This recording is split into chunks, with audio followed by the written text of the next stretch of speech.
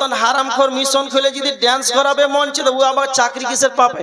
ওই জন্য তো চাকরি হচ্ছে না। ওর জন্য আল্লাহর গজব এটাই। মিশন খুল আর 3000 টাকা মাসলে আর ড্যান্স করে বেড়া, এটা আল্লাহর গজব। কিছু কিছু মানুষ আছে মিশন খোলার পর বাস ভাড়া করে প্রত্যেকটা স্কুলের ছাত্রকে, প্রত্যেকটা স্কুলের ম্যাডামকে, নিজের স্ত্রীকে পর্যন্ত নিয়ে যাচ্ছে।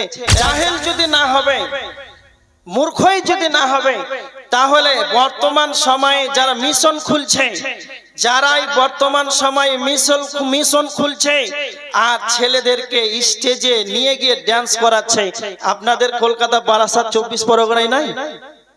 আচ্ছা, মিশন খুলেছে আর ছাত্রকে নিয়ে যায় পিকনিকে। মিশন খোলার পর ছাত্রকে নিয়ে যায় 14ই ফেব্রুয়ারি।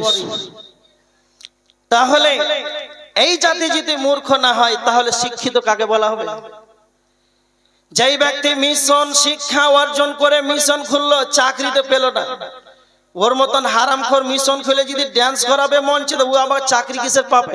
ওই জন্য তো চাকরি হচ্ছে না। ওর জন্য আল্লাহর গজব এটাই। মিশন খুল আর 3000 টাকা মাসলে আর ড্যান্স করে বেড়া, এটা আল্লাহর গজব। তার মানে যেই জাতি বর্তমান যে ড্যান্স শুরু করেছে, এখন বর্তমান কিছু কিছু মানুষ আছে মিশন খোলার পর বাস ভাড়া করে প্রত্যেকটা স্কুলের ছাত্রকে, প্রত্যেকটা স্কুলের ম্যাডামকে, নিজের স্ত্রীকে পর্যন্ত নিয়ে যাচ্ছে।